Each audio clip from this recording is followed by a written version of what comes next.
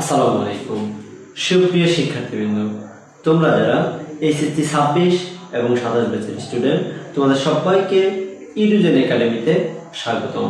তো আজকে যারা আমার ক্লাসে যুক্ত হয়েছ, আমি বলবো তোমরা সবাই চিপটা মানে কিপটা, ঠিক আছে? কেন এখনো তোমরা কিন্তু লাইক কমেন্ট শেয়ার করো নাই? তার কারণ যদি তুমি চিকটা না হতা তাহলে অবশ্যই লাইক করতা, কমেন্ট করতা, বেশি বেশি শেয়ার করতা। তো আর ওইদিকে যাবো না, এখন তুমি প্রমাণ করে দিবে যে তুমি কিপটা নাকি চিকটা, ঠিক আছে? আচ্ছা, আমরা দেরি করবো না, আমরা আজকের যে ক্লাসটি আলোচনা করব সেটা হচ্ছে আইসিটি 3.1 এর একটি গুরুত্বপূর্ণ টপিক, ঠিক আছে?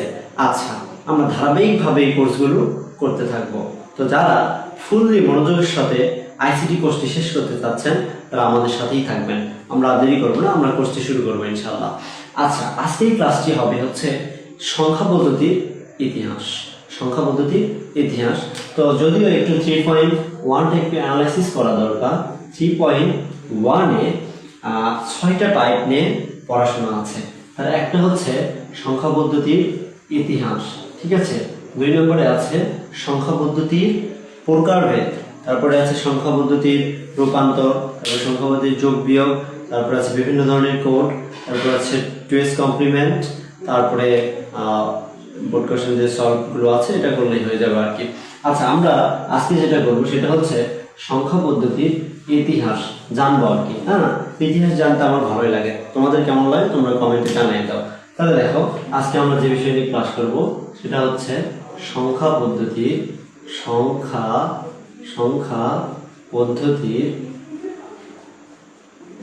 পদ্ধতির ইতিহাস। ক্লাসটি বেশি দীর্ঘায়িত হবে না, জাস্ট অল্প কিছু সময় আমাকে তোমরা দিবা, আমি এটা আশা করছি। তাহলে দেখো, সংখ্যা পদ্ধতির ইতিহাস। তাহলে প্রথমে আমাদের কিছু গুরুত্বপূর্ণ তারিখ মনে রাখতে হবে। আচ্ছা, আজ থেকে প্রায় 5000 বছর আগে, 5000 বছর আগে এই যে পৃথিবীতে বাস করতেছি, এই পৃথিবীতে, ঠিক আছে, এই পৃথিবীতে দুইটি জায়গায়, কয়টি জায়গায়?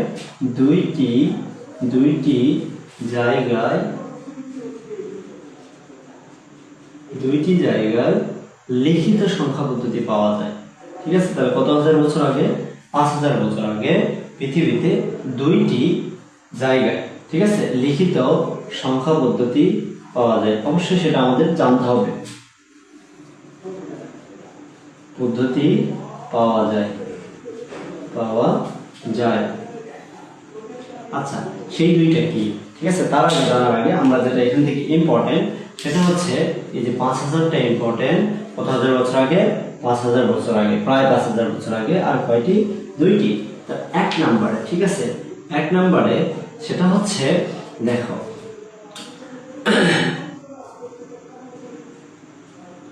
সুমেরিয়ান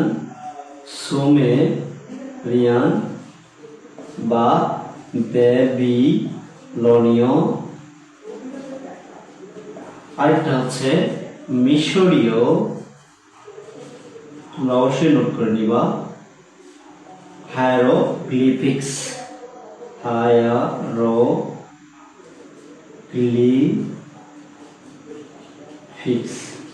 আচ্ছা, এখানে আরো কিছু তথ্য আছে। তথ্যটা হচ্ছে দেখো, মনোযোগ দাও, এই সুমেরিয়ান ব্যাবিলনে যেটা আছে সেটা ছিল 7 ভিত্তিক সংখ্যা পদ্ধতি, 7 ভিত্তিক সংখ্যা পদ্ধতি। আর এই যে মিশরী হায়ারোগ্লিফিক্স এটা 10 ভিত্তিক সংখ্যা পদ্ধতি, 10 ভিত্তিক। তোমরা অবশ্যই এই দুইটা কথা মনে রাখবা, যে সুমেরিয়ান ব্যাবিলনীয় এটা হচ্ছে 7 ভিত্তিক, আর মিশরী হায়ারোগ্লিফিক্স এটা হচ্ছে 10 ভিত্তিক সংখ্যা পদ্ধতি। তাহলে এখানে আরেকটু আলোচনা আছে, এই যে 7 ভিত্তিক সংখ্যা পদ্ধতির রেশ কিন্তু আমাদের মাঝে এখনো আছে। তাহলে কোথায় আছে? আমরা মিনিট হিসাব করতে ব্যবহার করি, ঘন্টা হিসাব করতে ব্যবহার করি, তারপরে কোণের পরিমাপ, 60-এর গণিতক দিয়ে হিসাব করি। তো এইটার রেশ কিন্তু আমাদের মাঝে এখনো আছে। তাহলে আশা করি তোমরা বুঝতে পেরেছো এই পর্যন্ত। এরপরে কি হলো? ইতিহাসে দেখো মজা আছে, ইতিহাস জিনিসটাই মজা।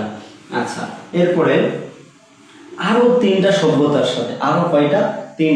3টা সভ্যতার সাথে সংখ্যা পদ্ধতি গড়ে ওঠে। সেই তিনটা কি কি স্যার? সেই তিনটা হচ্ছে প্রথম কার্ডটা মায়ান, ঠিক আছে, মায়ান, এটা ছিল 20 ভিত্তিক বা 20 ভিত্তিক সংখ্যা পদ্ধতি।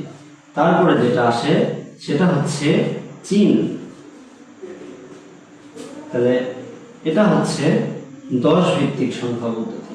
এই যে ভিত্তিকগুলো বলতেছি আমরা, এটা একটু মনে রাখবো। তারপরে ভারতীয়,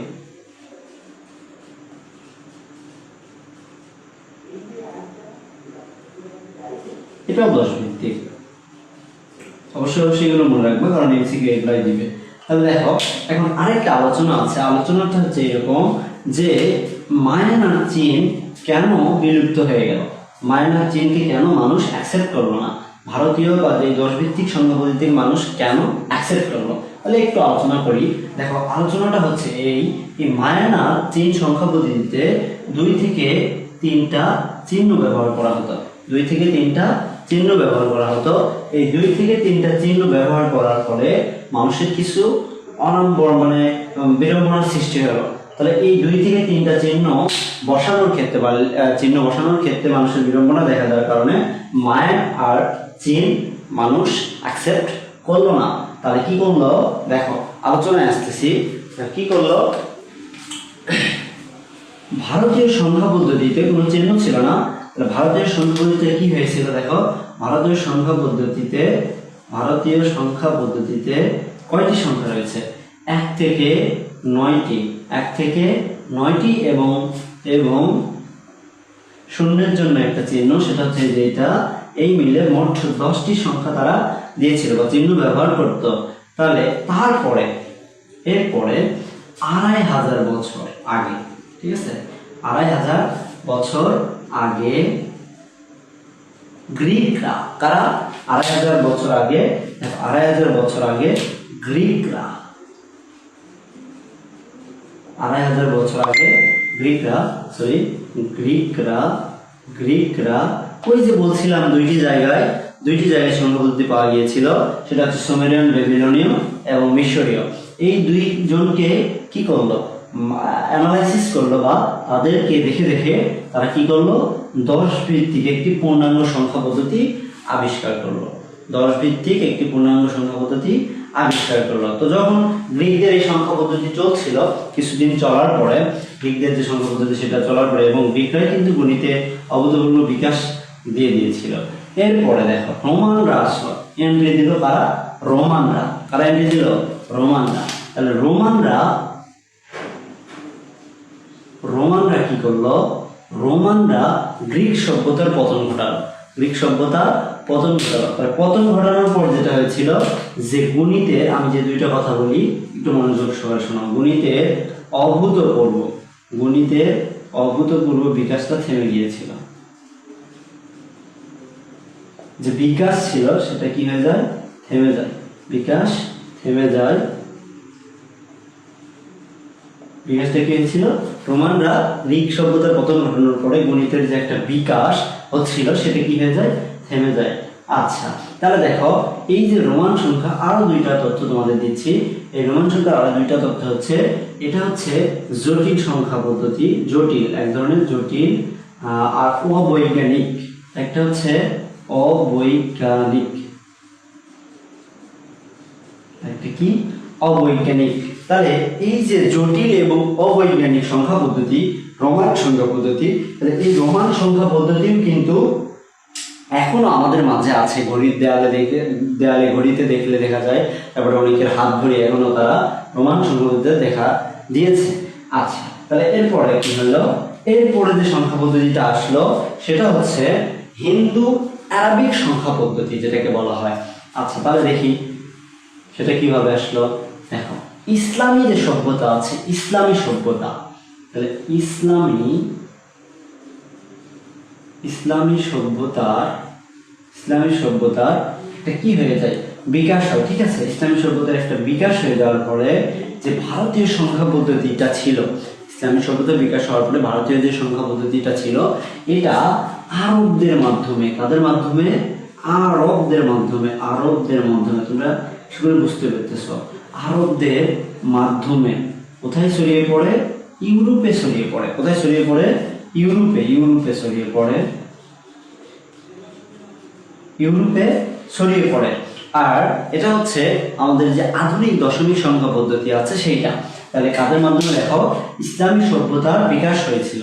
ইসলামী সভ্যতার কি হয়েছিল? বিকাশ হয়েছিল। এবং বিকাশ হওয়ার কারণে আরবদের মাঝে এই যে ভারতের সংখ্যা পদ্ধতিটা আছে, এটা আরবদের মাধ্যমে ইউরোপে ছড়িয়ে পড়েছিল। আর এই সংখ্যা পদ্ধতিটাই হচ্ছে আধুনিক সংখ্যা পদ্ধতি। আর এই সংখ্যা পদ্ধতিকে বলা হয় হিন্দু অ্যারাবিক সংখ্যা পদ্ধতি। হিন্দু অ্যারাবিক সংখ্যা পদ্ধতি। তো এখন আমি যে কথাটি তোমাদের মাঝে বলবো সেই কথাটি তোমাদের জন্য খুবই ইম্পর্টেন্ট। দেখো, এমসিকিউ বিগত বছরের প্রশ্নতে আসছিল অলরেডি। তো একটা চিহ্ন দেখলাম, সেটা হচ্ছে কি? শূন্য। তো দেখো, খ্রিস্টীয় শাসকেরা কারা? খ্রিস্টীয়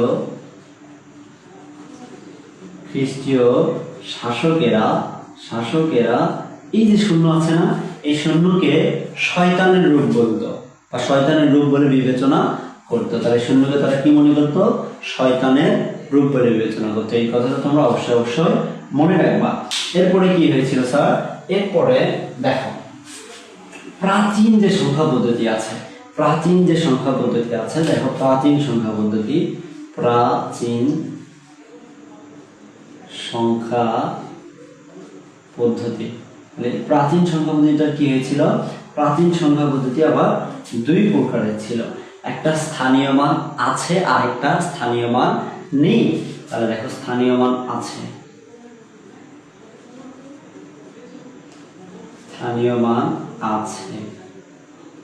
আর এদিকে স্থানীয় মান নেই। কার নেই? দেখো, স্থানীয় মান নেই। তাহলে স্থানীয় মান কার আছে? সুমেরিয়ান,